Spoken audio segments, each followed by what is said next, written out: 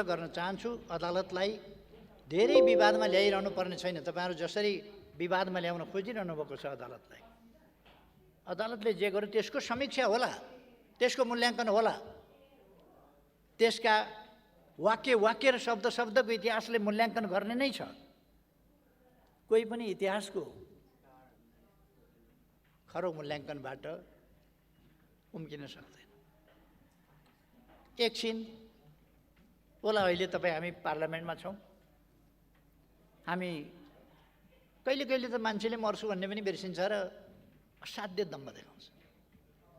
कहिले कहिले मान्छेले सधैँ म यहीँ भइरहने होइन है भन्ने कुरा पनि बिर्सिन्छ र दम्भ देखाउँछ। म त्यसो गरिरहनु आवश्यक ठान्दिनँ।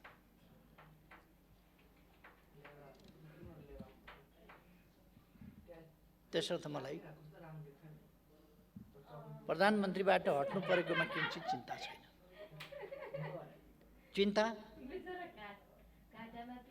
अदालत जस्तो सबैले विश्वास गर्नुपर्ने संस्थाको विश्वासमा कमी नहोस्, जनताले भरोसा गर्ने संस्थाहरू राज्यका विभिन्न अङ्गहरूका बीचमा सन्तुलन र नियन्त्रणको स्थिति असन्तुलित नहोस्, कुनै पनि अङ्ग र निकायले आफ्ना सीमाहरू उल्लङ्घन नगरोस्। मेरो चिन्ता त्यसमा छ। मेरो चिन्ता लोकतन्त्रमाथि छ। लोकतान्त्रिक संस्थाका विभिन्न लोकतान्त्रिक प्रणालीका विभिन्न संस्थाहरू आफ्ना मर्यादा र ठाउँमा बसेर काम गरून्। मेरो चिन्ता मेरो चिन्ता शान्ति सुशासन र विकास बाटो समातिसकेको देश फेरि अब लोकतान्त्रिक संस्कृति होइन, गठबन्धनको संस्कृतितिर हामीले प्रतिस्पर्धात्मक लोकतान्त्रिक प्रणाली, प्रतिस्पर्धात्मक बहुदलीय राजनीतिक प्रणाली हामीले सङ्घर्ष गरेर ल्यायौँ। त्यो प्रणालीबाट, त्यो संस्कृतिबाट, त्यो लोकतान्त्रिक संस्कृतिबाट बद्दा अलोकतान्त्रिक स्वार्थहरूको गठबन्धनको संस्कृतितर्फ देश जान थाल्यो। यसले विकास ड्राइभ गर्न सक्दैन। विकासको अभियानलाई ड्राइभ गर्न त त्यो ड्राइभ गर्नका लागि एउटा चिन्तनका साथ, एउटा दृष्टिकोणका साथ, एउटा गन्तव्य तोकेर उद्देश्यतर्फ हिँडेको सुस्पष्ट मार्गचित्र भएको र त्यो मार्गचित्र अनुसार ती नीति र त्यो गन्तव्यहरूलाई पुष्टि गर्ने खालको काममा सँगै बिना छलकपट, बिना स्वार्थ ती राष्ट्रिय उद्देश्यमा केन्द्रित भएको सरकार चाहिन्छ। त्यस्तो भएन भने स्वार्थहरूको गठजोडबाट, गठबन्धनबाट, विभिन्न स्वार्थहरूका तानातानहरूका बीचबाट राष्ट्रको विकासको अपेक्षा मृगमरीचिका हुनेछ। त्यो सम्भव छैन।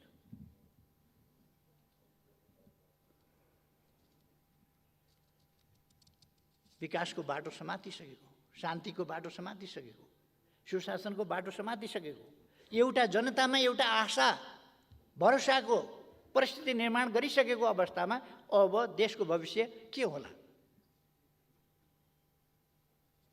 स्पष्ट छ। 1 महिनाको समय त खेर गयो।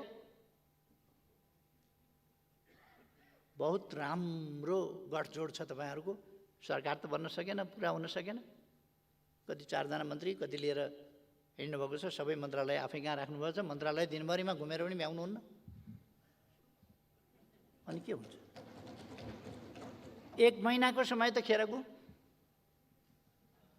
शुभकामनाको लहर अब 14-15 महिना अरू चल्नेछ। बधाईको लहर पनि 14-15 महिना चल्नेछ। प्रतिपक्षलाई गाली गर्ने पनि 14-15 महिना चल्नेछ। यसैमा 14-15 महिना त जान्छ।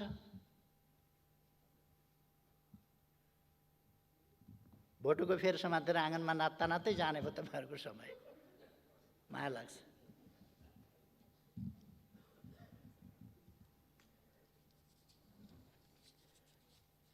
मलाई चिन्ता त्यो कुरामा हो। देशको विकासको यो प्रतिपक्षको सुन्नुभएको छ नि, यसलाई सुनेर सम्बोधन गर्नुहोस्। जवाफ दिनुहोस्, मेरो अहिलेको भनाइलाई असफल बनाइदिनुहोस्, विकासको तेज रफ्तारमा गति चलाउनुहोस्। तर सम्भव छैन, सम्भव छैन।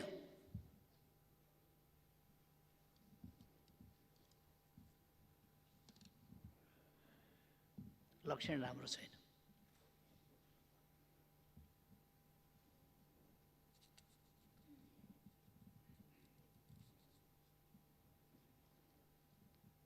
अहिले के गर्दै हुनुहुन्छ? सत्ता परिवर्तन हुने बित्तिकै, सरकार परिवर्तन हुने बित्तिकै, परिवर्तित सरकार, अर्को सरकार बन्ने बित्तिकै सत्ता पक्षका नेताहरूले यसै रोस्टमबाट भन्नुभयो, होशियार, म आगो हुँ, म आगो हुँ, मसँग नखेल नत्र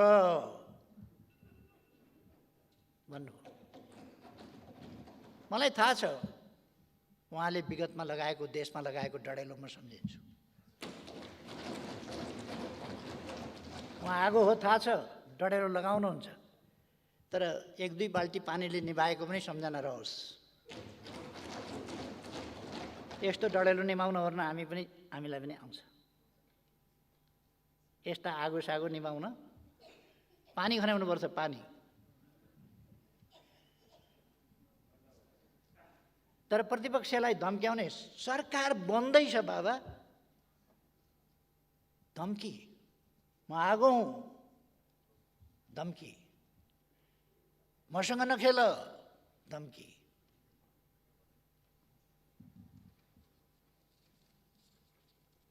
तपाईँहरूले कता कता,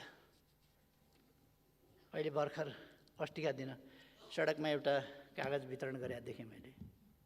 त्यस कागजमा राष्ट्रिय सहमति जस्तो कुरा पनि लेख्नु भएछ। राष्ट्रिय सहमति, प्रतिपक्षलाई गाली गरेर, सरापेर, सत्तो सराप गरेर राष्ट्रिय सहमति। कस्तो राम्रो बाटो निकाल्नु, कस्तो राम्रो तरिका। प्रतिपक्षलाई धम्काएर राष्ट्रिय सहमति, नत्र भनेर, नत्र के गर्नुहुन्छ?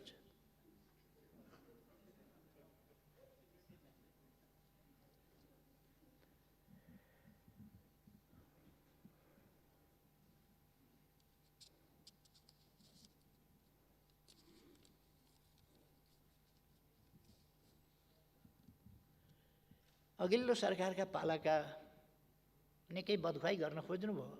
आज पनि कतिपय सांसदहरूले यो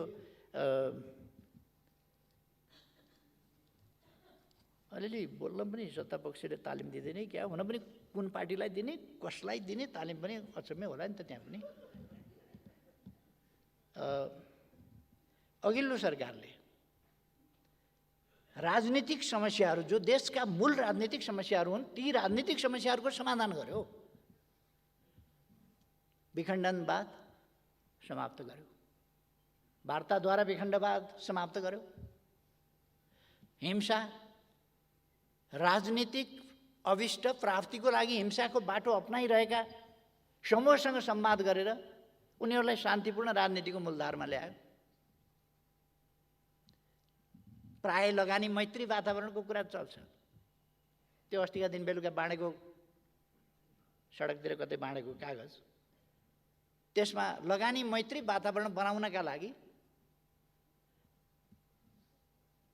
निजी क्षेत्रसँग सहकार्य गरेर लगानी मैत्री वातावरण बनाउने, यो स्वदेशी लगानी मैत्री भनेको हो कि विदेशी लगानी मैत्री भने हो? विदेशी लगानी मैत्री वातावरण बनाउने हो भने देशमा शान्ति सुव्यवस्था हुनुपर्दछ, हिंसा अन्त्य गर्नुपर्दछ, एक्सटर्सन रोक्नुपर्दछ।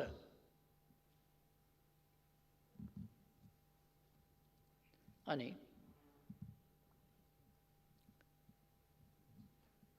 यहाँ त वातावरण बनाइएको होइन र हिंसा अन्त्य गरेर शान्तिपूर्ण ढङ्गले लगानी गर्न पाउने, प्रतिफल लान पाउने, त्यस खालको व्यवस्थाहरू गरेर सुविधाहरू पाउने, ती व्यवस्थाहरू गरेपछि लगानी मैत्री वातावरण भएन।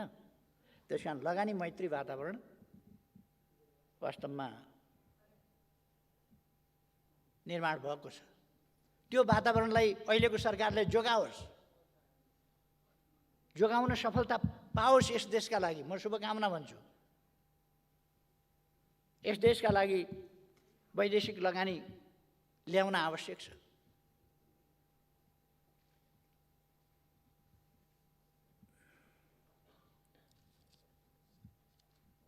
संविधानको सर्वस्वीकार्यताको बेसरी चर्चा चल्थ्यो।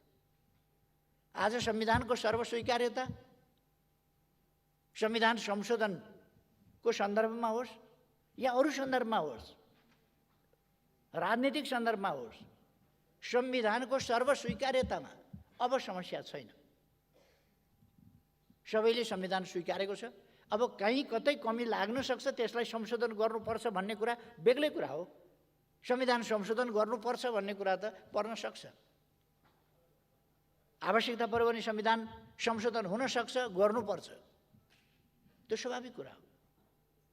त्यसलाई संविधानको अस्वीकार्यता भन्न सकिँदैन। तर आज संविधानको स्वीकार्यता, सर्वस्वीकार्यता भनेको छ। थरूहटसँगका समस्याहरू समाधान भएका छन्। अरूसँग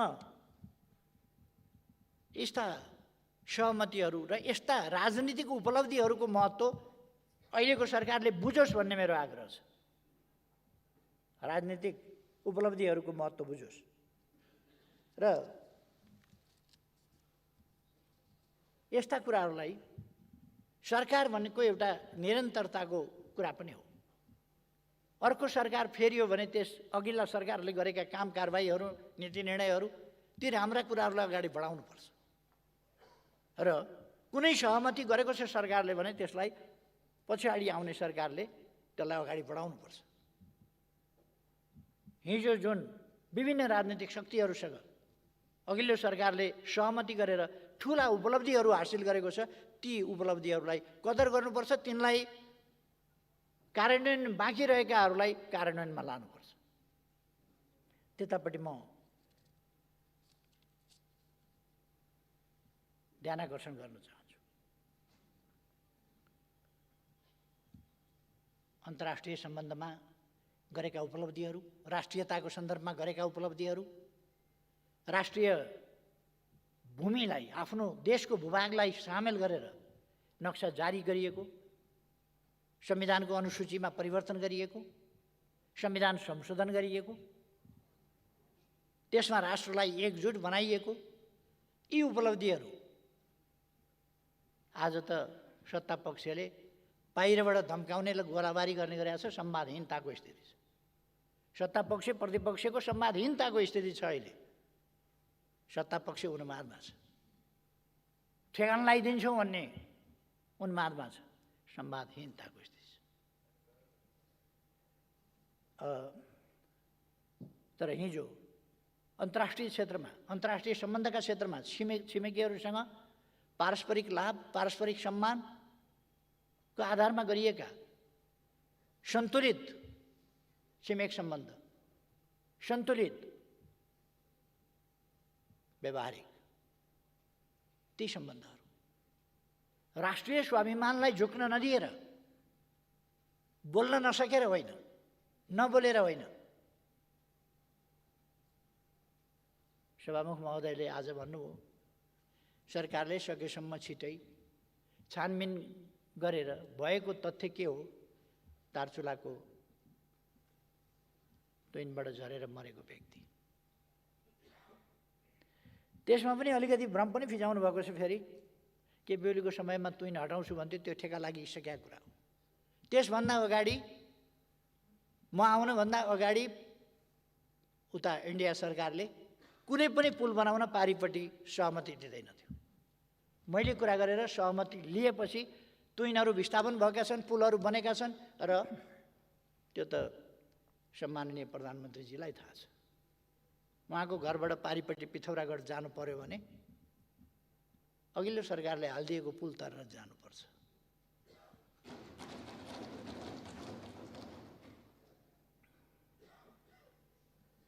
आजकल सुन्छु व्हाइट पेपर तयार गर्ने, के तथ्याङ्क डाटा आँकडा ल्याउने, ल्याए हुन्छ।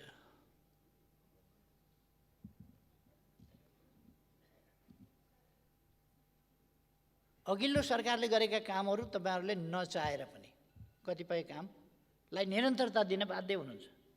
सुरुदेखि नै सामाजिक सुरक्षाका कुराहरूमा कतिपय पक्षको सहमति होइन। आज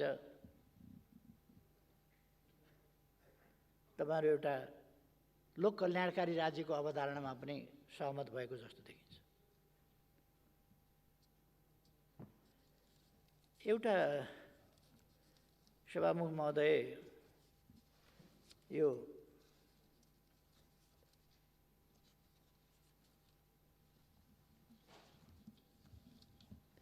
अस्तिका दिन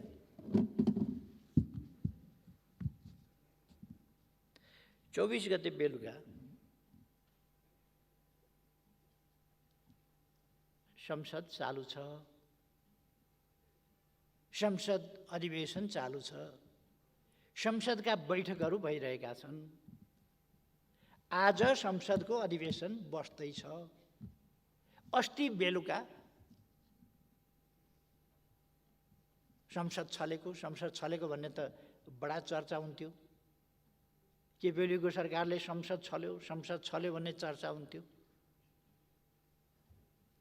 संसद नभएका बेला जरुरी परेका कामहरू गर्दा पनि संसद छलेको भन्ने कुरा आउँथ्यो। अहिले त संसदको बैठक चालू छ अनि 26 गते संसद हुनेवाला छ। 24 गते बेलुका बाहिरै कतै संयुक्त सरकारको साझा न्यूनतम कार्यक्रम भनेर एउटा कागज प्रस्तुत भयो।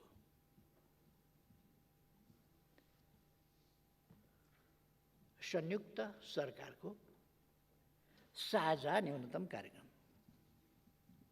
संयुक्त सरकारको न्यूनतम कार्यक्रम भनेपछि यो साझा सहकारी किन लेख्नु पर्यो? यो साझा सरकारको कार्यक्रम हो कि साझा कार्यक्रम हो? साझाको कार्यक्रम हो। संयुक्त सरकारको साझा। संयुक्त सरकारको भनेपछि त त्यो सरकारको त आइसक्यो त्यहाँ। साझा भए पनि संयुक्त भए पनि सगोलको भए पनि जेसुकै भइसके पनि आयो फेरि साझा। संसद छलेर। संसद किन छल्नु पर्यो? आज किन प्रस्तुत गर्न सक्नु भएन? सरकारले आज किन संसदमा प्रस्तुत गरेन? त्यसलाई कुनै मान्यता दिने कि नदिने? त्यो सरकारले पेश गरेको हो भनेर ठान्ने कि नठान्ने? किनभने संसदमा त आएन। संसद चलिरहेका बेला छलेर किन गर्नु पर्यो? सायद तपाईहरुको गहिरो समझदारीको कारणले सबै नेताहरू फोटोमा आउनुपर्ने होला। यहाँ पेश गर्दाखेरि एकजनाले पेश गर्नुपर्ने होला, सरकारको तर्फबाट पेश गर्नुपर्ने होला। अनि ओहदामा नभएको, सरकारी ओहदामा नभएको मान्छेको त फोटो नआउला। त्यसो भएर गठबन्धन भन्ने छ नि, गठबन्धनको फोटो आउनै पर्यो।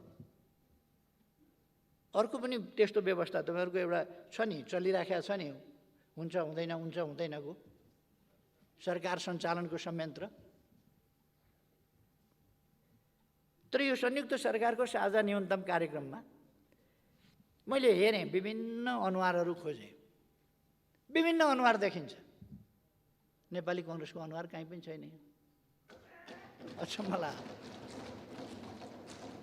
नेपाली कांग्रेसको अनुहार कतै छैन यसमा। नीतिमा छैन, कार्यक्रममा छैन, केहीमा पनि छैन। पोलिसी शिफ्ट, प्याराडाइम शिफ्ट, के शिफ्ट हो? यो राम्रै कुरा हो।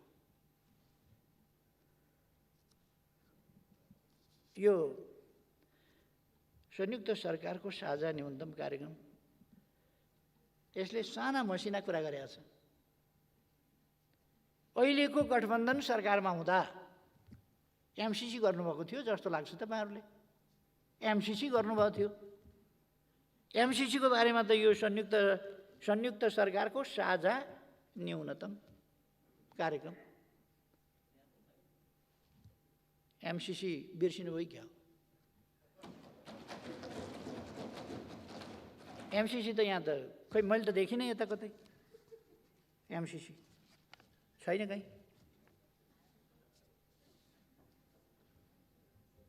अनि केपी ओलीले कतै एमसिसी पास गर्नुपर्छ भनेको क्लिप खोजेर वातावरण बनाउन खोज्नुहुन्छ। गाली गर्ने फेरि मेरै क्लिप बजाएर वातावरण बनाउन खोज्ने। तपाईहरुको कार्यक्रम संयुक्त सरकारको साझा न्यूनतम कार्यक्रममा एमसिसी के गर्नुहुन्छ भन्नु परेन? चुपचाप लागेर नेपाली जनताले जान्न चाहेको छ सम्माननीय प्रधानमन्त्रीज्यू के गर्नुहुन्छ एमसिसी तपाई? तपाई त बहुत मजबुत प्रधानमन्त्री हुनुहुन्छ। 165 सिट तपाईको साथमा छ, तपाईको पछाडी छ, स्ट्रङ। कसैको सपोर्ट चाहिँदैन, कसैको मद्दत चाहिँदैन। त्यो 165 को सबल जत्थाले के भन्छ? एमसिसी पास गर्ने फेल गर्ने के चुप लाग्छ?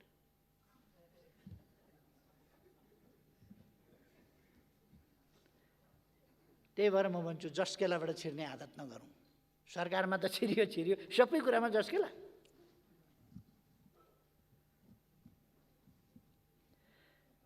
संयुक्त सरकारको साझा न्यूनतम कार्यक्रममा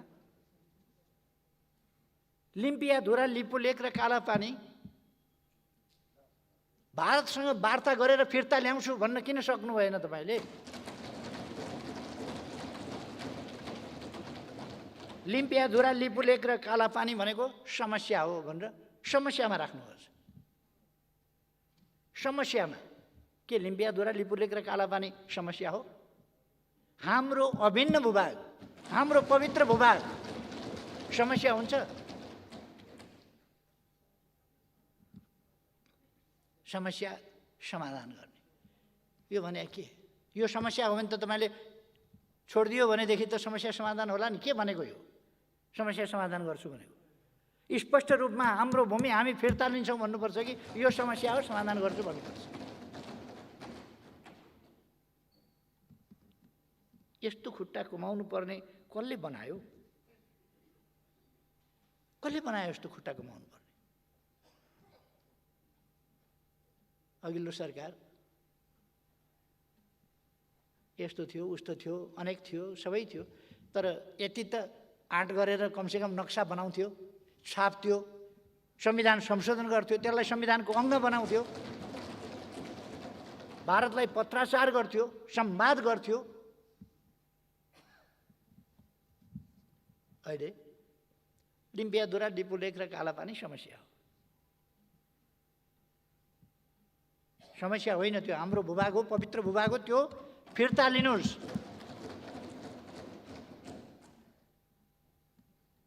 त्यो छोड्ने अधिकार कसैलाई छैन त्यो भूभाग। तर म भन्छु तपाईहरुले फिर्ता लिन सक्नु भएन भने ठिकै छ, 1.5 वर्ष पर्ख्यौँ, हामी छौँ। एउटा शब्दावली लेख्नु भएको छ यो साझा न्यूनतम कार्यक्रम संयुक्त सरकारको। यसमा छिमेकीहरूसँगको सीमा विवाद कूटनीतिक पहल केबाट चाहिँ केबाट छिमेकीहरूसँगको सीमा समस्या टुङ्ग्याइनेछ भनेर। कुन कुन छिमेकीसँग हाम्रो छिमेकीहरूसँग भन्नाले कुन कुनसँग कहाँ के सीमा समस्या छ? छिमेकीहरूसँगको सीमा समस्या कहाँ छ? के छ? कति साह्रो डराएको सरकार भने डराउनुको पनि हद हुन्छ नि। जिब्रो पनि रगत आइसक्यो होला चपाउँदा चपाउँदा। असमान सन्धिहरूको सम्बन्धमा के गर्ने भन्नुभएको छ? कुन कुन असमान सन्धि? इपिजीको रिपोर्टको सम्बन्धमा यो सरकारको भनाइ के? कुनै ठोस कुरा यो संयुक्त सरकारको साझा नीति न्यूनतम कार्यक्रम बनाउनु भएको छ। यति लामै छ यो, 14-15 कति पेजको होला कि।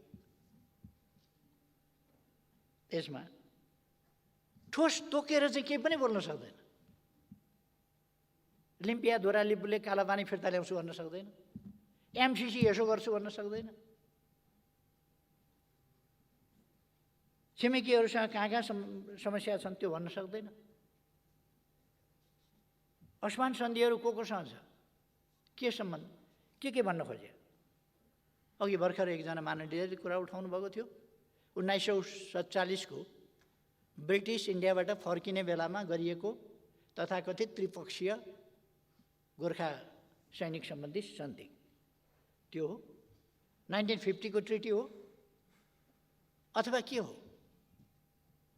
महाकाली ट्रिटी हो, एमसीसी हो, बीआरआई हो, के हो? के पनि बोल्न सक्नुहुन्न, चुइक बोल्न सक्नुहुन्न, गोलमटोल। एउटा बोल्न खोज्छ अर्काले हुँदैन भन्छ, अर्को बोल्न खोज्छ अर्काले हुँदैन भन्छ, त्यस्तै त होला।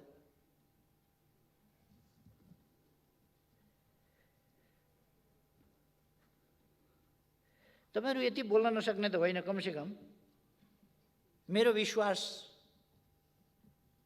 मैले लगाएको कमसेकम आरोप नि एमसीसी किन बिर्सियो भन्ने, कमसेकम सम्माननीय प्रधानमन्त्रीज्यू ठोक्केर भन्नुस् त एमसीसी को सम्बन्धमा यो नीति हो सरकारको, दिनुस् जवाफ।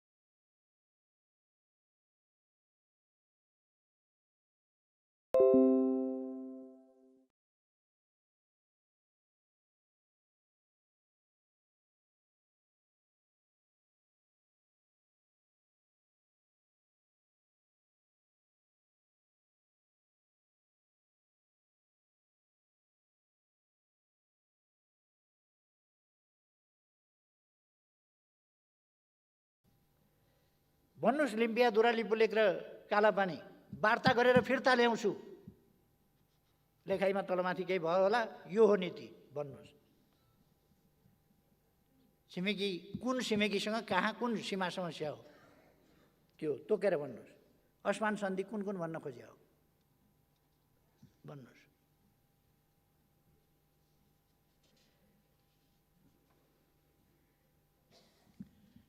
भ्रष्टाचार विरुद्धको कारबाही गर्ने भन्नुभएको छ, खुसी लाग्यो। कारबाही थाल्ने र कारबाही अगाडि बढाउने भनेर, छानबिन गर्ने र कारबाही बढाउने भनेर राम्रो कुरा हो। यो अब साँच्चै हुन्छ कि त अगाडिदेखि त्यो भ्रष्टाचारका थुप्रै कुराहरू उठिराखेका छन्। उठ्या छ, क्यान्टनमेन्टको यत्रो कुरा पनि उठेकै छ। यसपल्ट पक्कै पनि यत्रो गठबन्धनको सरकारले यस कुराको छिनोफानो गरेर नेपाली जनतालाई जवाफ दिनेछ। क्यान्टनमेन्टको छानबिन गर्छु।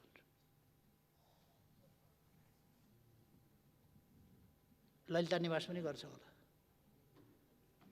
माता तीर्थको पनि गर्छ होला, अरू विभिन्न सर्दु जलाजार क्षेत्रको पनि अवश्य हुन्छ होला।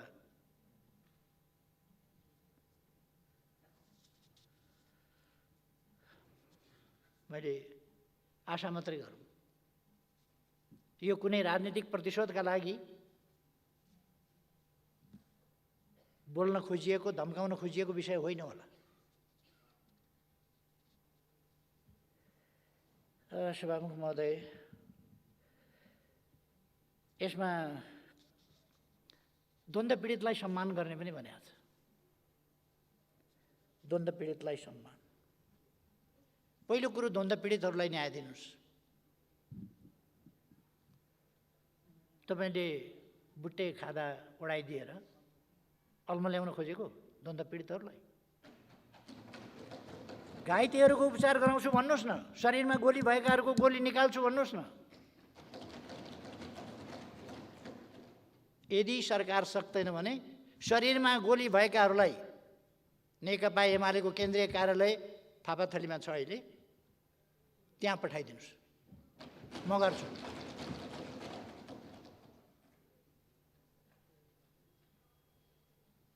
न्याय दिनुस्, छानबिन गर्नुस् न। त्यत्रो गौर हत्याकाण्ड भयो, निर्दोष निहत्था मान्छेहरू मारिए। अराजकता, अनुशासनहीनता, दण्डहीनताको अन्त्य गर्छु भन्नुभएको छ यस संयुक्त सरकारको साझा न्यूनतम कार्यक्रम हो। छानबिन गर्नुस्। मान्छे मरेका छन्, तिनका परिवारको के अवस्था छ, ती घाइतेहरूको के अवस्था छ, को त्यो हत्याकाण्डको आयोजक, कसले त्यो हत्याकाण्ड गरायो, त्यो गर्नुस्। गठबन्धन धरापमा पर्ने हो कि?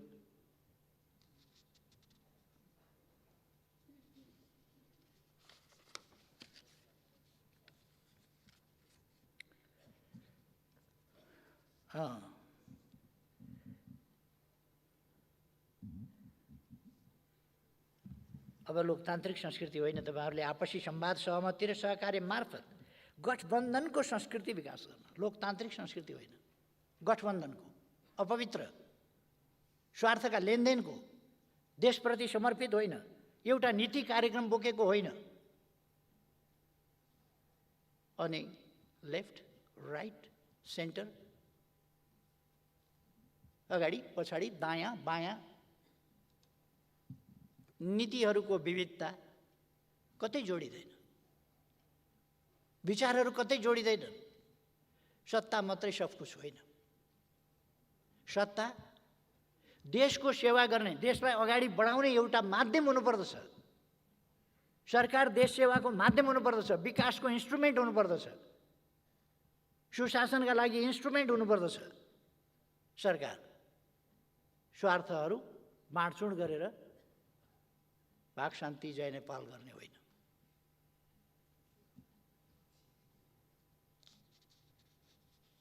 यो गठबन्धन अचम्मको गठबन्धन छ।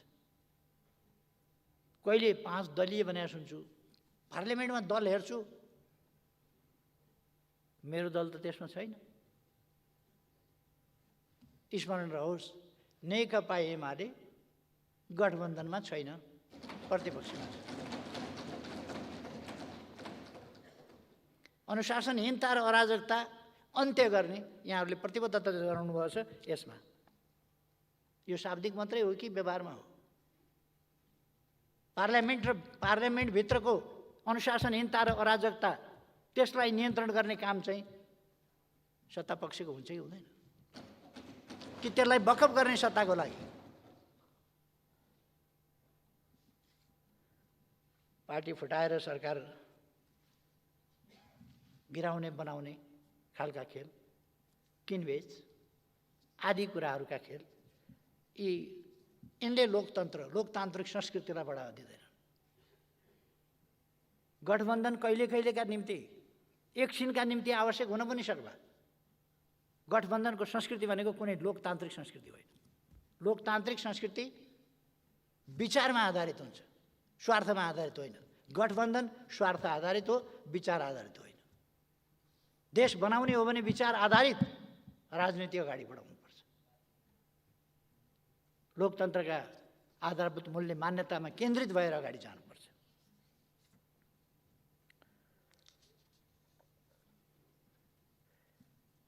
तपाईहरुले यहाँ कहिले कहिले 5 दल भन्नुभएको छ। अहिले यहाँ चाहिँ नेपाली कांग्रेस, नेपाल कम्युनिस्ट पार्टी, माओवादी केन्द्र र जनता समाजवादी पार्टी नेपाल तथा संयुक्त सरकारलाई समर्थन गर्ने दलहरू को हुन् ती? दलहरू कहाँबाट आए? पार्लियामेन्टमा गन्दा त देखिँदैन। राप्रपाले तपाईँहरूलाई समर्थन गरेर देख्दिनँ, नेमकिपाले तपाईँहरूलाई समर्थन गरेर देख्दिनँ, नेकपा एमाले समर्थन गरेको देख्दिनँ। अनि दलहरू कहाँबाट आए तपाईँहरूलाई समर्थन गर्ने? यो पार्लियामेन्टमा त निश्चित दल होला नि त। दलहरू कहाँबाट आए? कि विगतमा गरेका वा भविष्यमा गर्ने? त्यो पनि जोड्नुभएको हो अपेक्षाका साथ। यहाँ तपाईँहरूले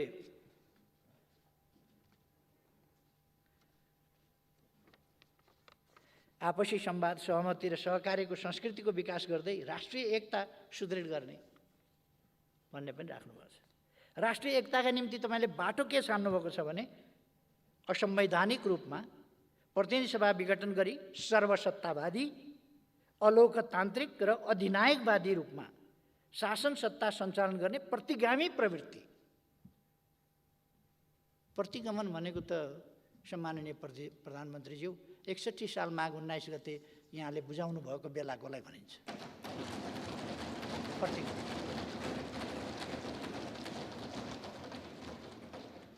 प्रतिगमन कहाँबाट आयो? प्रतिगमन संविधानसम्म ढङ्गले सिफारिस भएको छ, संविधानसम्म ढङ्गले विघटन भएको छ। अदालतले भन्यो भन्दैमा अदालतले एउटा बेन्चबाट एउटालाई ज्यानमारा भन्छ, एउटा अदालतले अर्कोले उसलाई चाहिँ बाइज्जत रिहाई गर्नु, ऊ चाहिँ नि कुनै अपराधमा संलग्न छैन भन्छ। अदालतले एकपल्ट भन्यो भन्दैमा त्यही कुरा सत्य हुन्छ भन्ने छैन। अदालतको फैसलालाई सम्मान गर्छौँ हामी, मान्छौँ हामी, तर गलत छ भन्यो भने सही छ भनेर भन्न सकिन्न। यसपल्ट सम्मानित सर्वोच्च अदालतले गरेको फैसला विधि, प्रक्रिया, तर्क, संविधानका प्रावधान विपरीत छ, गलत छ त्यो। त्यसकारण त्यो समर्थन योग्य छैन। यसको विवेचन, विश्लेषण, व्याख्या सविस्तार बुद्धिजीवीहरूले गर्दै जालान्, कानुनविदहरूले गर्दै जालान्, हुनेछ त्यो। र यो सबै शब्दहरू तपाईँहरूले राजनीतिक पूर्वाग्रह, अहङ्कार र देशलाई द्वन्द्वतिर लाने मनसायका साथ यहाँ उल्लेख गर्नुहोस्। र अहिलेको सरकार कुनै जनादेशबाट आएको, लोकतान्त्रिक विधिबाट आएको होइन, अलोकतान्त्रिक विधिबाट आएको सरकार हो। अलोकतान्त्रिक गठबन्धनबाट आएको, स्वार्थहरूको गठजोडबाट आएको सरकार हो। र यो सरकार लोकतान्त्रिक भन्न सकिँदैन, यो सरकार संवैधानिक भन्न सकिँदैन, यो सरकार सर्वसत्तावादी हुन खोज्ने मनसाय भएको। आउने बित्तिकै यसले पहिले कसमाथि पञ्चरो चलायो भन्दा भूमिहीन सुकुम्बासीहरूमाथि पञ्चरो चलायो। कसको सरकार भन्ने कुरा त्यसबाट देखिँदैन।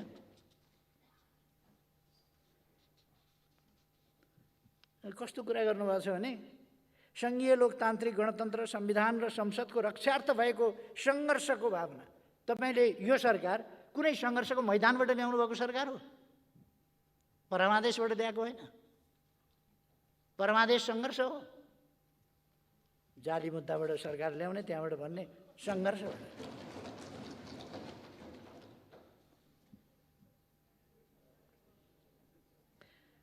सरकारका, संयुक्त सरकारका प्राथमिकताहरू राख्नुभएको छ। प्राथमिकता त भूमिहीन सुकुम्बासीहरूका समस्या समाधान गर्न नदिनु, त्यसलाई रोक्नु, तिनीहरूमाथि बन्चरो चलाउनु, आयोग विघटन गर्नु रहेछ नि त वास्तविक त। अनि के लेख्या यो बुँदाहरू चाहिँ यहाँ के बुँदा लेख्या? काम त त्यही हो नि त। तपाईँको प्राथमिकता के हो भन्दाखेरि गरिबमाथि हाना बन्चरो, त्यही होइन तपाईँको प्राथमिकता। अनि भन्दाखेरि चाहिँ अरू प्राथमिकता हेरेँ मैले। यो सुकुम्बासी आयोग विघटन गर्ने, गरिबलाई चाहिँ मार हान्ने, गरिबको बिचल्ली पार्ने प्राथमिकतामा छ कि छैन भनेर हेरेको, सबै नकली कुरा छ प्राथमिकता, सकली कुरै छैन। कर्मचारी पञ्चनी गर्ने, जो स्वाभाविक रूपमा त्यहीँबाट बढेर आएको कर्मचारी छ, प्रमोसन हुँदै आएको कर्मचारी छ, त्यसलाई दबावका दबाव छ। राजीनामा गर कि गर भनेको छ। हरेकलाई 900 कतिजना भयो अरे, 40-41 महिनामा 900 कतिजनाको पद रिक्त हुन्छ, मान्छे आउँछ, अनि त्यसबिचमा के खाली नै रहन्छ त सबै देश ठप्प हुन्छ? आयो होला 900, 1000 आयो होला, विधिसम्म ढङ्गले आयो। अनि यो राजनीतिकरण गरेर तपाईँहरू विधिसम्म त आएका मान्छे सबै फाँडेर काङ्ग्रेस राख्नुपर्ने त्यहाँ के जरुरी छ? अथवा तपाईँका तथाकथित गठबन्धनका मान्छेहरू सबै भर्ना गर्नुपर्ने के आवश्यकता छ? त्यो गर्नुभएको छ।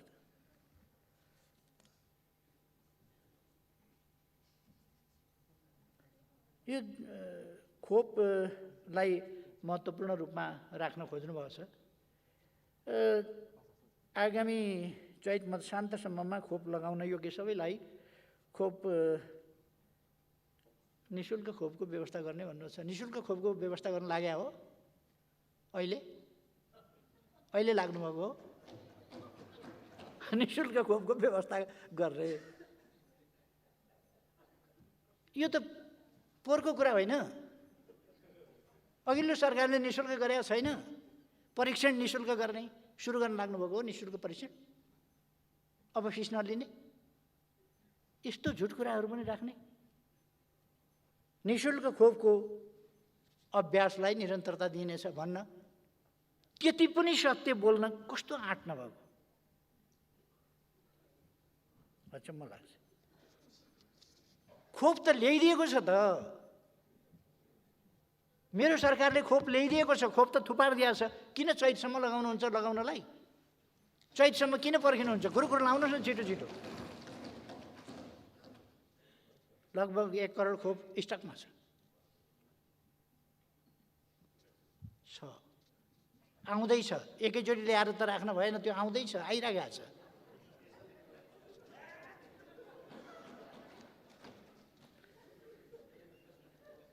यो चैतसम्म भनेको तपाईँले के फागुनको निर्वाचन नगर्न खोज्या हो?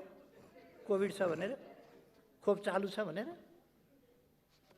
असंवैधानिक काम नगर्नु होला, म पहिले नै सजग गराउन चाहन्छु।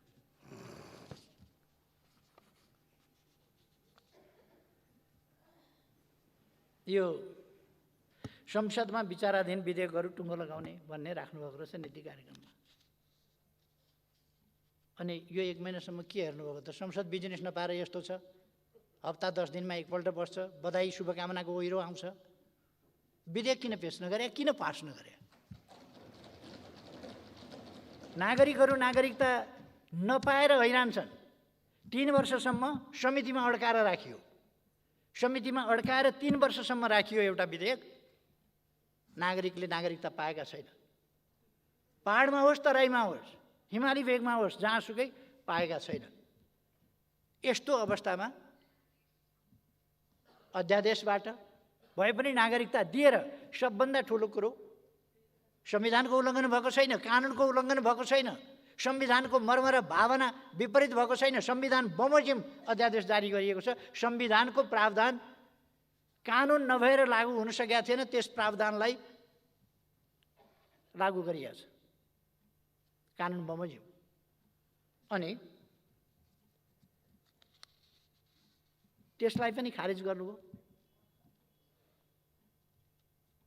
कति मान्छे आत्महत्या गर्ने स्थितिमा छन्, कति युवाहरू पढ्न पाएका छैनन्, कति युवाहरूले जब पाएका छैनन्, कतिले विदेश गएर पढ्न राहदानी पाएका छैनन्। संवेदनशील हुनु पर्दैन? अनि अध्यादेशबाट नागरिकता दिने कानुन ल्याउँदा त्यो उद्यम भयो। अब कानुन त कमसेकम त्यो ल्याउनुहोस् न त।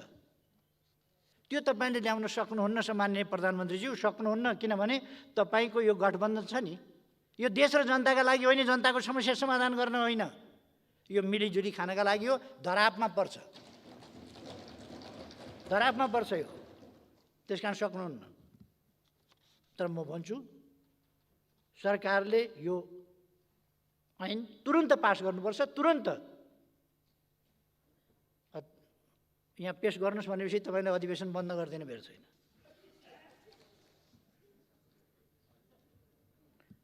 अधिवेशन बन्द नगर्नुहोस्, विधेयकहरू पास गर्नुहोस्, ल्याउनुहोस्। एमसिसी यहीँ छ नि, टेबलमा छ एमसिसी, यहाँ टेबलमा छ, पेस गर्नु भन्नुहोस्। निर्णयार्थ यहीँ भइहाल्छ नि। आफैसँग 165 छ, 165 आफैसँग छ नि। निर्णयार्थ प्रस्तुत गर्दछु भनेपछि त 165वटा ताली दुइटै dam dam dam dam dam dam बज्ला नि त। अनि शान्ति प्रक्रियालाई पूर्णता दिने भनेर सम्माननीय प्रधानमन्त्रीजी, शान्ति प्रक्रिया केले रोकिया छ त सम्झनै होला। म प्रधानमन्त्री हुँदा मैले त्यति बेला 2जना साथीहरूलाई भने, बढी सम्बन्धित तपाईँहरू हुनुहुन्छ, तपाईँहरू जे भन्नुहुन्छ त्यही गर्ने, जो भन्नुहुन्छ त्यही नियुक्त गर्ने काम होस्। त्यसै अनुसार नियुक्त गरे होइन मान्छे,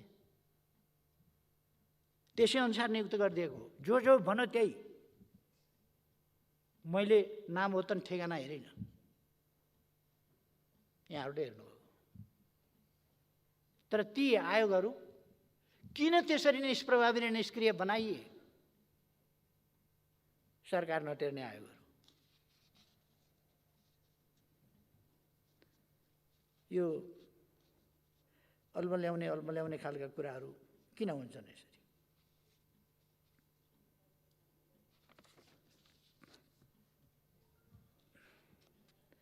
नयाँ चिज ल्याएको जस्तो गरेर थुप्रै कुराहरू नयाँ चिज जस्तो गरेर ल्याउन खोज्नुभएको छ, नयाँ सुरु गरेको जस्तो।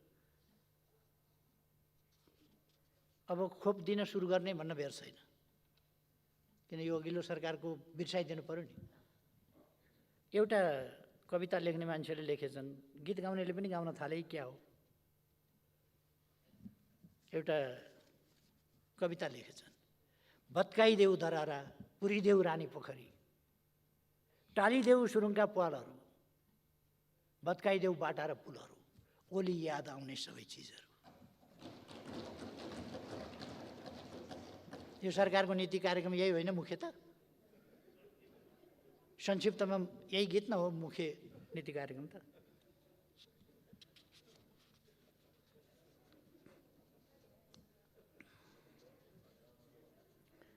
एउटा तपाईँहरूले सधैँ भन्दै आउने गर्नुभएको छ, स्वास्थ्य सामग्री खरिदमा भएको अनियमितताको छानबिन गर्ने र दोषी देखिएका व्यक्ति संस्था उप कानुनी कारबाही गर्ने।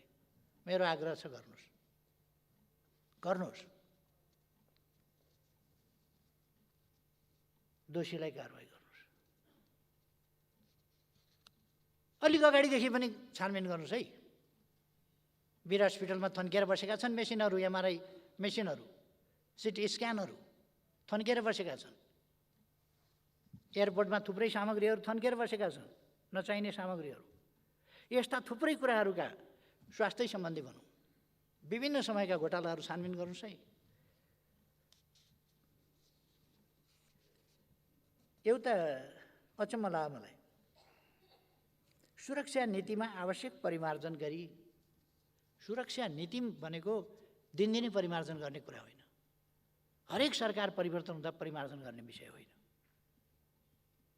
यो हल्का फुल्का ढङ्गले नलिन सुरक्षा नीतिलाई, र यसलाई डेभिएटेड हुन नदिन म आग्रह गर्न चाहन्छु। तपाईँको सम्माननीय प्रधानमन्त्रीज्यू, यहाँको गठबन्धनमा मैले विभिन्न कलर्स देखेको छु। ती कलर्स, ती रङहरू यो सुरक्षा नीति, विदेश नीति यस्ता कुराहरूमा प्रतिबिम्बित हुनु हुँदैन। राष्ट्रिय नीति त्यसमा जानुपर्छ। राष्ट्रिय हित प्रतिकूल रहेका सन्धि सम्झौताहरूको बारेमा मैले अघि नै भने, यो कुन कुन भनेको हो भन्ने कुरा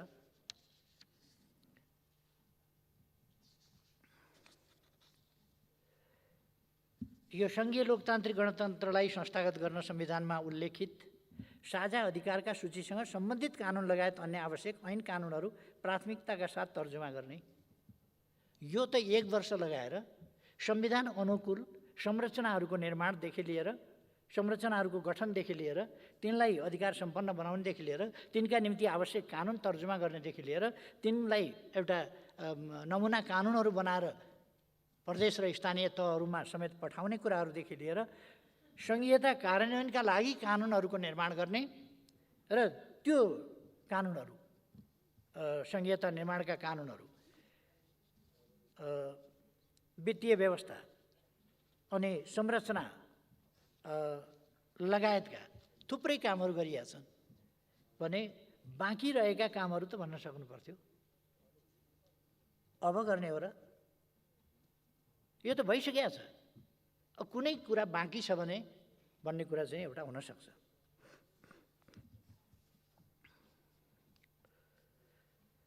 कतिवटा कुरा चाहिँ नि अर्थहीन ढङ्गले लेखेको छ। प्रदेश र स्थानीय तहलाई संविधान बमोजिम अधिकार सम्पन्न बनाउन आवश्यक कार्य गर्ने जस्ता कुराहरू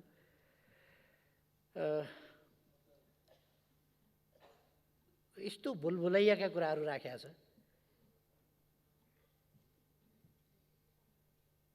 मौलिक हकको प्रभावकारी रूपमा कार्यान्वयन गर्न राज्यको भूमिका अभिवृद्धि गर्ने भनेको के हो? यो ठोस रूपमा के बुझ्ने? यसलाई भुलभुलैया जनता हलमा ल्याउने कुरा। संविधान प्रदत्त सामाजिक न्यायको हकको सुनिश्चितताका लागि समानुपातिक समावेशिताको सिद्धान्तलाई कार्यान्वयन गर्ने भएको छैन र? भुलभुलैया। यो विधेयक पारित गराउने भन्ने त थुप्रै विधेयकै पिछेका पारित गराउने भन्ने थुप्रै ठाउँमा 5-7 ठाउँमा यसरी लेख्नुभएको रहेछ। विधेयक पारित गराउने भन्ने कुरा चाहिँ लेख्नै पर्ने थिएन, यो कुरुक्क गराएदेखि हुन्थ्यो। यो कुनै नीति कार्यक्रम साझा कार्यक्रम हुनै पर्दैन क्या। यो संसदको त काम हो, सरकारको काम हो। यो आएर अड्किएका कानुनहरू पनि पास गर्न तपाईँको नीति कार्यक्रममा राख्नुपर्छ र? एउटा गजबको लेख्नुभएको छ, सार्वजनिक सेवा प्रवाहमा लाग्ने समयलाई 1/3 घटाउने। कमसेकम यो चाहिँ अलिकति पारदर्शी ढङ्गले बताइदिनु भएदेखि राम्रो हुन्थ्यो। 100% कति हो, 1/3 कति हो? 100% अहिलेको स्थिति 100% कहाँनेरि छ, त्यसलाई 1/3 ल्याउँदाखेरि कहाँनेरि पुग्छ, त्यो अलिकति मूर्त रूपमा। नत्र भने यस्तो खालको चाहिँ चटक, शाब्दिक चटक यो नगर्दा पनि हुन्थ्यो।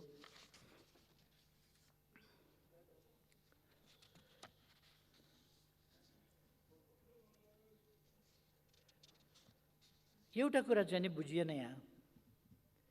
यो सशस्त्र सङ्घर्षको सन्दर्भमा गिरफ्तार गरिएका बन्दीहरूलाई बृहत शान्ति सम्झौताको भावना अनुसार रिहा गर्ने, यो कुन मितिकोलाई भनेको, कुन अवधिकोलाई भनेको, कसलाई भनेको?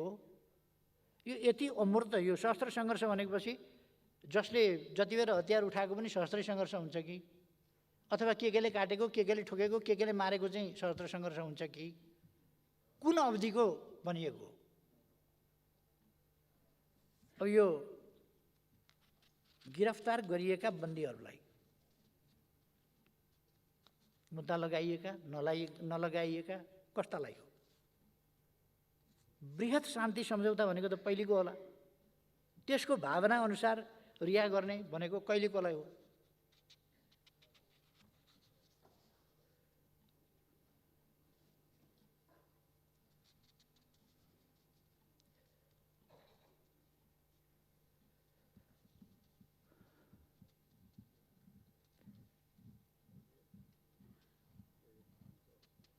यो लाल आयोगको प्रतिवेदन सार्वजनिक गर्ने भन्नुभएको छ। त्यो त यसमा लेखेर यो कति समयका लागि हो? यो सरकार छैन्जेलका लागि हो कि कहिलेका लागि हो? यो भन्नुपर्छ लाल आयोगको प्रतिवेदन थपक्क ल्याएर पेस गर्दा हुँदैन। अनि कार्यक्रममा राख्नुपर्छ, पेस गर्नुहोस् न, कमसेकम सुन्न पाइयोस्। अहिले पठाएर ल्याउन लाग्यो हुन्छ पेस गर्नलाई। कत्रो ठुलो किन राखिराख्या? यहाँ लाल आयोगको प्रतिवेदन ल्याउनुहोस् न, पेस गर्नुहोस् न, यहाँ सार्वजनिक गरौँ न। यो सरकारको साझा न्यूनतम कार्यक्रम बाहिरै गर्दा हुन्छ भनेदेखि यो सदन सिद्धिएपछि पनि बाहिर गएर पनि सार्वजनिक गरे हुन्छ नि। त्यो त आजै गरिदिउँ।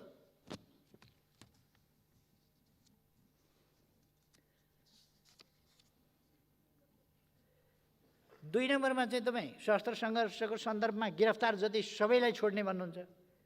त्यही 4 नम्बरमा आइपुग्दा यो शान्ति प्रक्रियाको पूर्णता 2.5 को 4 मा आइपुग्दा लाल आयोगको प्रतिवेदन सार्वजनिक गर्ने, तराई मधेसमा भएका विभिन्न आन्दोलनका बेला लगाइएका मुद्दाहरूको पुनरावलोकन गरी, यहाँ चाहिँ यत्रो लामो प्रोसेस नि, पुनरावलोकन गरी अन्यायपूर्वक बन्दी बनाइएका न्यायपूर्ण ढङ्गले थुन्या त ठिकै छ होइन त। माथिकालाई चाहिँ सशस्त्र सङ्घर्षको सन्दर्भमा गिरफ्तार गरिएका बन्दीहरूलाई चाहिँ बृहत शान्ति सम्झौताको भावना अनुसार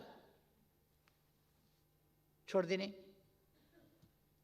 यो 4 नम्बरमा आइपुग्दा विभिन्न आन्दोलनका बेला लगाएका मुद्दाहरूको पुनरावलोकन गरी यहाँ चाहिँ मुद्दाको पुनरावलोकन गर्नुपर्ने। अन्यायपूर्वक बन्दी बनाइएका न्याय हो कि अन्याय भनेर अदालतले फैसला गर्ने भयो भनेपछि यो त तपाईँहरूले छोड्ने कुरा त रहन्छ। यो शब्दको खेल किन गुमाएको?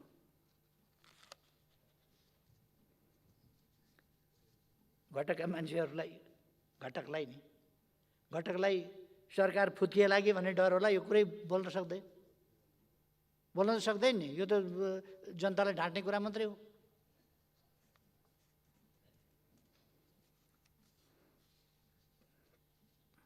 एउटा चाहिँ अचम्म लाग्छ। अब बाँकी 15 महिना रहेको छ। अघिल्लो सरकारले अल्पविकसित राष्ट्रबाट विकासशील राष्ट्रमा स्तरोन्नतिका लागि गरेका प्रयासहरू र उपलब्धिहरूबाट स्तरोन्नतिका लागि सिफारिस भएको छ संयुक्त राष्ट्रसङ्घबाट। अहिले विकासशील राष्ट्रमा जानका लागि सिफारिस भएको छ।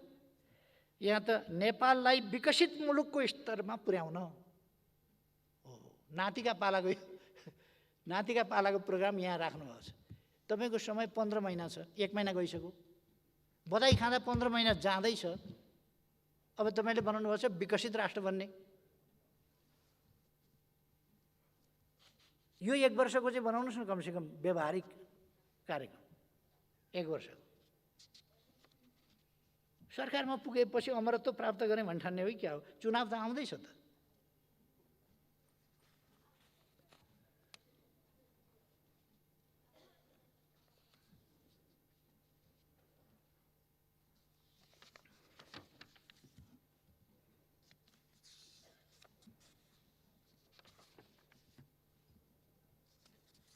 एउटा गजबको राख्नुभएछ। अलिकति यहाँनिर छुटेछ र मैले सम्झाइदिन खोजेँ।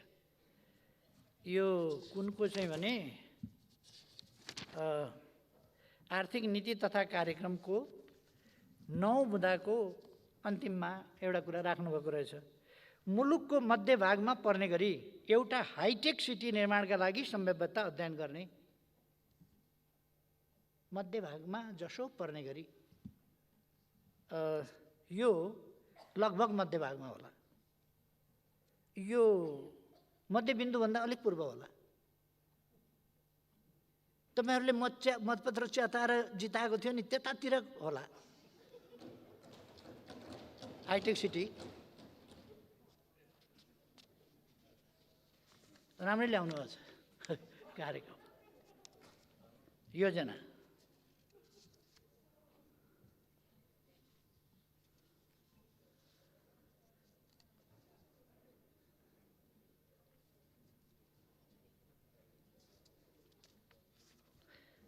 तपाईँहरूले यो सामाजिक रूपान्तरण भनेर यो सामाजिक सुरक्षा सन्दर्भमा पनि भन्नुभएको छ। अहिले सामाजिक सुरक्षा भत्ता 4000 दिने गरिएको छ। त्यसमा 1 रुपियाँ घटाउनु होला। त्यो घटाउन मिल्दैन। त्यतापट्टि तपाईँहरूले नच्याए पनि हुन्छ।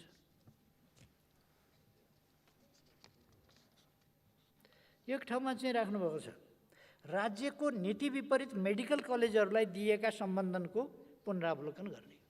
भनेपछि यो मेडिकल शिक्षा तपाईँहरूलाई विद्यार्थीहरू खालि विदेश पठाउन रहर। मेडिकल कलेजहरूलाई छानबिन गर्नुहोस्, स्ट्रेन्थेन गर्नुहोस्। मेडिकल कलेजलाई दिएको छानबिन गरेर फिर्ता लिने, सम्बन्धन फिर्ता दिने, चलाउन थालेकाहरूलाई फिर्ता लिने, अब बाँकी चलाउन दिने, मेडिकल हब बनाउने, यहाँ मेडिकल एजुकेसन उपलब्ध गराउने, सस्तोमा मेडिकल एजुकेसन नेपाली जनताका छोराछोरीलाई, गरिबहरूलाई पनि उपलब्ध गराउने। त्यतापट्टि कुरै छैन, खोज्ने मात्रै कुरा छ। इन्जिनियरिङ कलेजलाई स्वीकृति नदिने, मेडिकल कलेजलाई स्वीकृति नदिने, नर्सिङ क्याम्पसहरू बन्द गराउने, नर्सिङ क्याम्पस चलाउन नदिने, अनि टेक्निकल एजुकेसनमा ध्यान दिने भन्ने। कृषि क्याम्पस खोल्न नपाइने, इन्जिनियरिङ खोल्न नपाइने, मेडिकल कलेज खोल्न नपाइने, अनि कुरा क्रान्तिकारी गर्ने। कसको प्रभावबाट यो? मेडिकल माफियाको प्रभावबाट होइन यी सब कुरा भन्दाखेरि मेडिकल माफियाबाट मुक्त गर्न भन्ने मेडिकल माफियाको चङ्गुलमा परेर मेडिकल कलेजहरू सञ्चालन गर्न नदिने, विदेश विद्यार्थी राम्रा सब्जेक्टहरूमा त नेपालमा त पढ्नै नपाइने, खालि विदेश पठाउनु पर्ने, त्यो वातावरण बनाउने, यी खालका कुराहरू चाहिँ हुन नपाऊ। युवाहरूलाई रोजगारका लागि विदेश पठाउने कुरा पनि त्यत्तिकै छँदैछ, फेरि पलायन हुनबाट रोक्न कार्यक्रम ल्याउने पनि भनेकै छ। यस्ता थुप्रो कुराहरू। विरोधाभास,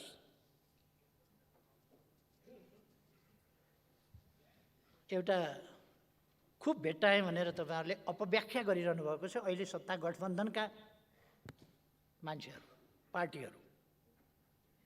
यो चुरे क्षेत्रको दोहन गर्न, अनुचित दोहन गर्न, त्यसलाई त्यहाँबाट गिटी बालुवा उत्खनन गर्न रोक्ने र खानी पत्ता लगाएर वातावरणीय मूल्याङ्कन गरेर त्यसबाट ल्याउने भनेको,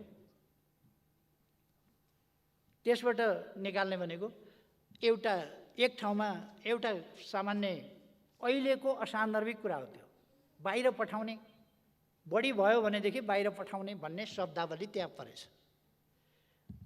मलाई यो लाग्दैन कि नेपालले कहिल्यै कुनै चिज निर्यात गर्दैन, होइन, कहिले कहिले निर्यात गर्ला पनि नगर्ला पनि त्यो अहिले राख्न आवश्यक थिएन। त्यो अहिले हामी आफैलाई पर्याप्त हुँदैन। खानी कहिले पत्ता लगाउने, के गर्ने, चुरेको रोक्ने, दोहन रोक्ने कुरा हो।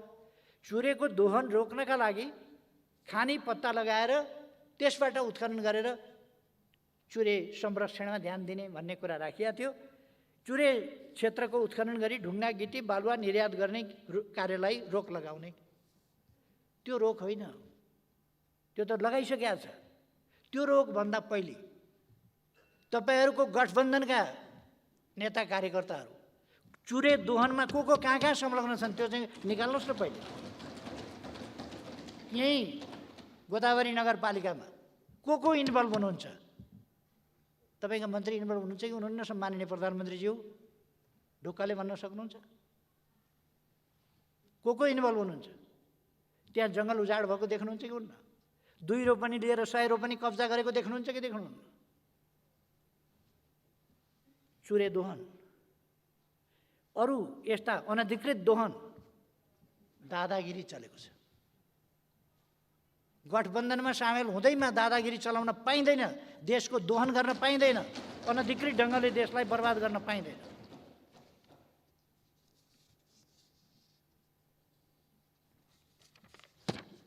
अब सम्माननीय सभामुख महोदय,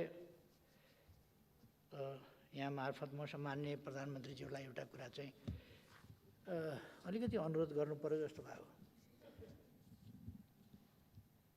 सम्माननीय प्रधानमन्त्रीज्यू, मेरै पार्टीका केही मान्छेहरू पाउला र खाउला भनेर यहाँका पछि कुदेका छन्। सम्माननीय प्रधानमन्त्रीज्यू, तिनीहरूलाई मन्त्री दिनुहोस् न, किन विलम्ब गर्नुभएको? हिरिक भएका छन् बिचराहरू मन्त्री खानका लागि, प्लिज।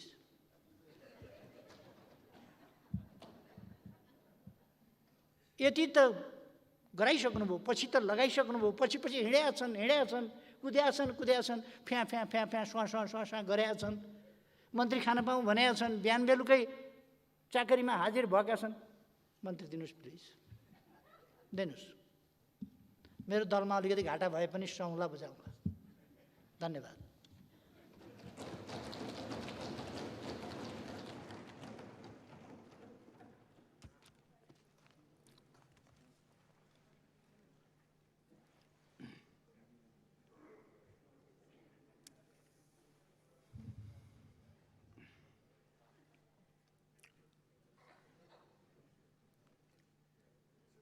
माननीय